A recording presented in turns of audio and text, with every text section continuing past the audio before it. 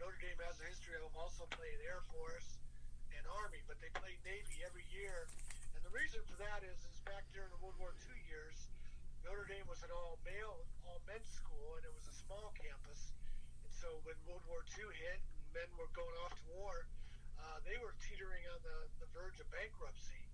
And the United States Navy set up an officer training program because they needed to rush more officers through their training. I think it would be like 3 years instead of 4.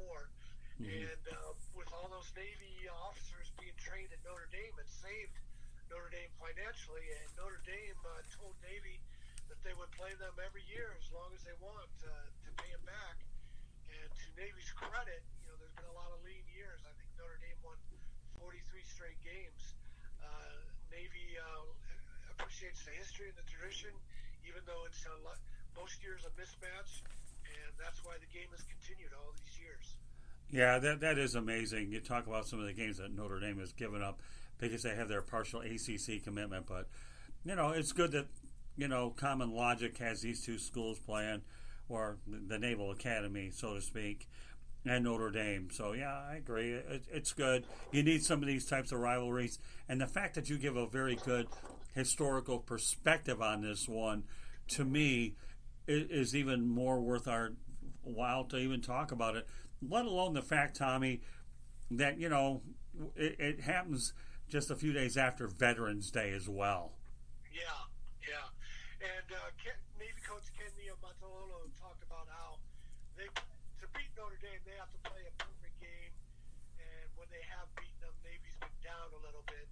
But they still want to play the game for all the history and tradition, even though it's a lopsided series. Why not? Yeah. And I'm sure it's a great recruiting tool for Navy, too. They can tell all their recruits, hey, we're going to play Notre Dame every year. And every other year it's at Notre Dame Stadium.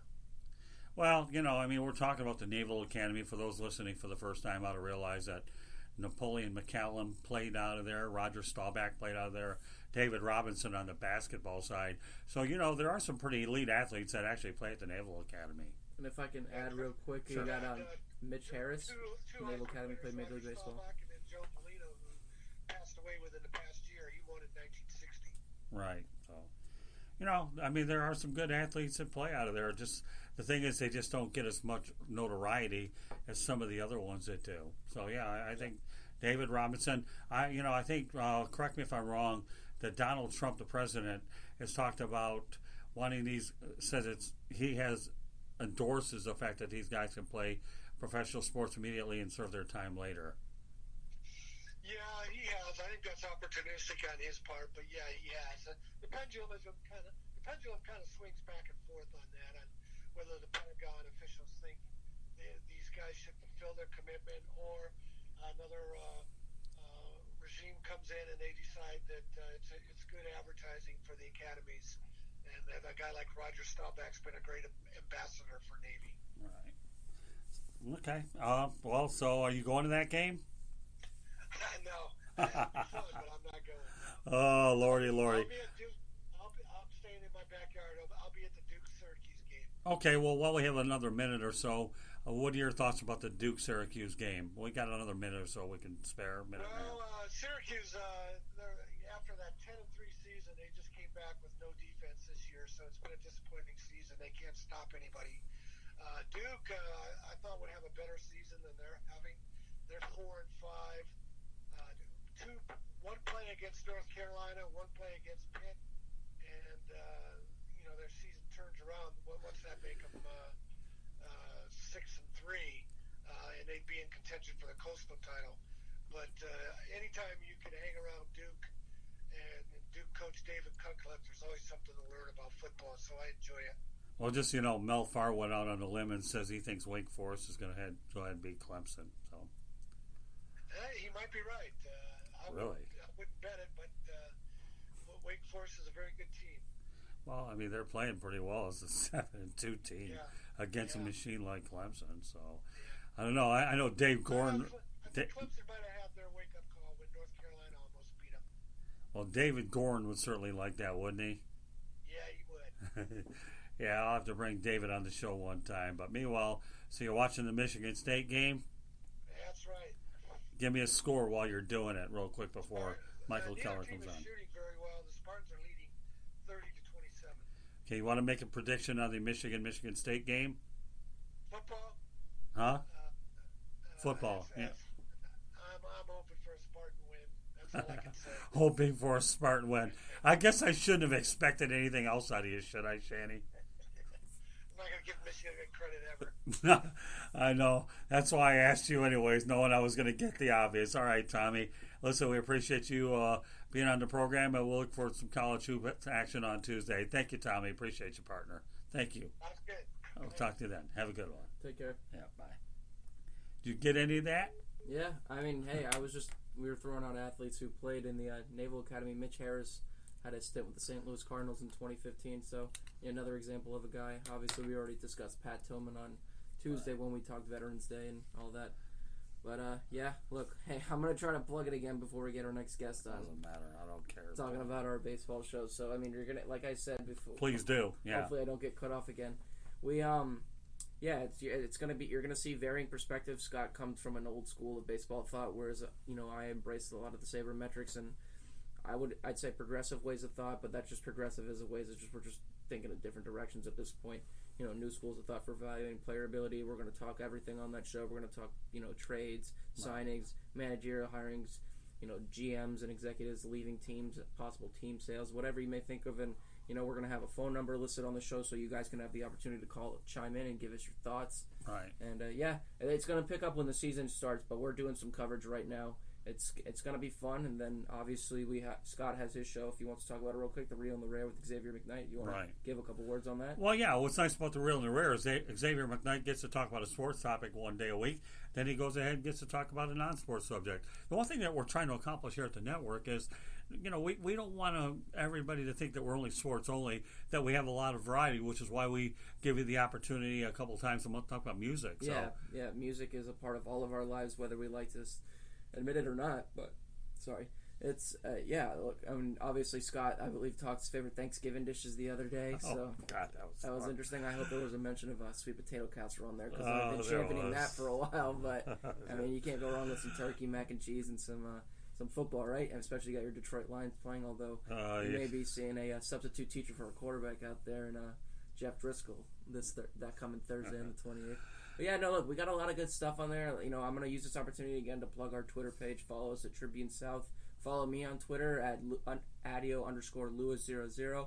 I'm trying to grow some followers on there. You'll see a lot of the content that I plug for articles that I've written.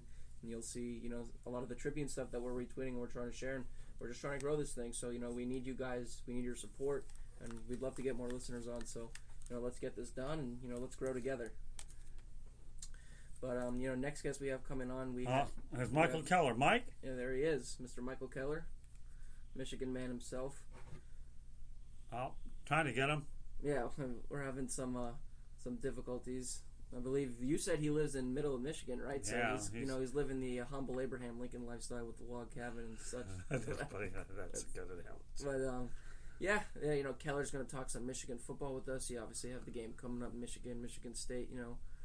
Harborough 7-2 squad going up against 4-5 Michigan State. I believe Michigan is favored by 14 in that game. So if you're a betting man, I guess you know who to go for. But yeah, anything else you want to talk about? Other shows that you got going on in the program? You know the lineup. Go ahead. Yeah. So fantasy football. Ryan Scowrue, Wild Bill Winters, and I. We always have a pretty good show there. Yeah, we should start I think I was thinking about this. We should start posting poll questions on Twitter with topics about like different things going on in the sports world. And, get feedback from everybody else. So, Scott, you want to think about a possible poll question for any sports going on this weekend? Would you, we could say, you know what? I got one right now because Clemson's playing Wake Forest. Who do you have winning that game? You put it on your Twitter page, Clemson or Wake Forest, and then you just, put an average Twitter poll out there and we'll get fan feedback on it. So it's a good way to engage our listeners a little bit. Absolutely. Yeah, that's a good idea, especially now that you're going to continue to build your Twitter following, right? Yeah, I mean, my Twitter's got to grow. It's feeble enough following. I think it's like 60 followers. So it's, as the poets would say in Britain, it's breadline when it comes to follower count. But yeah, look, again, we got a lot of cool content on there. obviously Xavier does his show with Scott. Me and Scott do this show twice a week. And coming up for you guys next week, we actually have the second episode of Tribune Tunes. Although we're still kind of trying to tinker with the name a little bit. I don't think it's like as great as I initially thought it would be. But that's the beauty of this. We have so much time to work on these things, and Rome wasn't built in a day, as Scott likes to say, or as I like to say, the Red Sox didn't win a World Series in one day. It took 86 years. So you're trying to go ahead and steal my lines? That's okay. I mean, you That's can't all right. copyright that. I'm not going to be like LeBron and copyright Taco Tuesday, but yeah, you want to, if you want, Scott, while we're waiting on Michael to call, why don't we preview what we're going to be talking about on our music show next Thursday? Well, go ahead. So our first episode was kind of just like a little bit of a background with me and Scott, and a lot of the music that we listen to. But this week, and we're going to get into more like topic-based stuff as we move forward. But this next week's show is going to be on our 10 favorite artists of all time. So you thought I had some weird ways of evaluating player ability in baseball, and the way I discuss sports, the way that I do it is weird. Listen to some of the artists that I'm going to list. A lot of them you're probably going to know, but then a couple of other ones you're going to be like, But that's the beauty of this show is I want to turn on people to music, and music they probably haven't heard before, and how it'll resonate with them, and how it'll carry on with them as they go on throughout their lives. I don't know. I always think about what music when I think about you is how the age generation gap is what we have here. Yeah. Is what I look at it with you. But that's okay. You know what? You always try to introduce new material as what you really literally try to do, and that's why when you try to get creative with the network and you look for different things, and that's really what it comes down to anyways. You know what I'm saying? Look, I think we're gonna have a pretty fun conversation. The cool thing about this is it's kind of gonna be there's not gonna be any arguments because it's objective, right? It's subjective. It's our own favorite list. We're gonna talk. I'm gonna talk my favorite artist. You're gonna talk your favorite artist. We're gonna talk why we like those artists, and I think it'll make for a pretty fun conversation. I think a lot of people are gonna like it. I actually shared the first music show with some people. I had my dad listen to it the other day, Right. and he loved it. He loved the back and forth between us. Because sports is a beautiful thing, but music is another beautiful thing. And I think, Well, your dad plays his cards, right? He'll be sitting here with us talking about it. So I look forward to getting Buddy's perspective. You guys will get along well talking about doo-wop. He'll probably... Doo-wop. I don't even follow that stuff. That well, doo-wop business for my dad, not me. You have to understand that doo-wop stopped being a thing after the early 60s. That's what it was? Okay. But yeah, you guys... I think you guys will have fun, The music show is something that's, it's in its inceptive stages right now, but I think it's going to be a pretty good show. Like Scott said, and I'll echo the same sentiment. We're trying to preach versatility here. We're not going to talk about the same things all the time. That's why when we do our next baseball show, we're not going to talk about the same awards that we just talked about. We're going to be talking about the recent signings. Right. And if you want to talk a little baseball real quick, there was actually a first real big move of the offseason that came out today.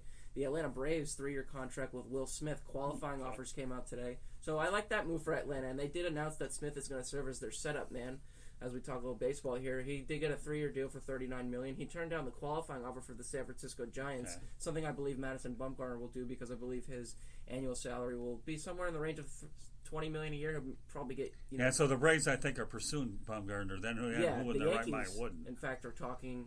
Well, the Yankees will talk to everybody. Which, you know what? I'm going to give me your take on this real quick. Because before I say this, I don't really like the idea of getting Bumgarner in the rotation. And the only reason I'll say that is this. The Washington Nationals won the World Series because they had Strasburg and Corbin, right? Two power right-handed pitchers. Then you have a left-hander in Patrick Corbin, a left-hander, right? His velocity is about 92 to 94. He'll top out at 95, 96. But it's from the left side. You're seeing different arm angles. The Yankees have the likes of James Paxton and Jordan Montgomery in that rotation. Also J. Happ. The commonality between those three is they're all left-handed pitchers.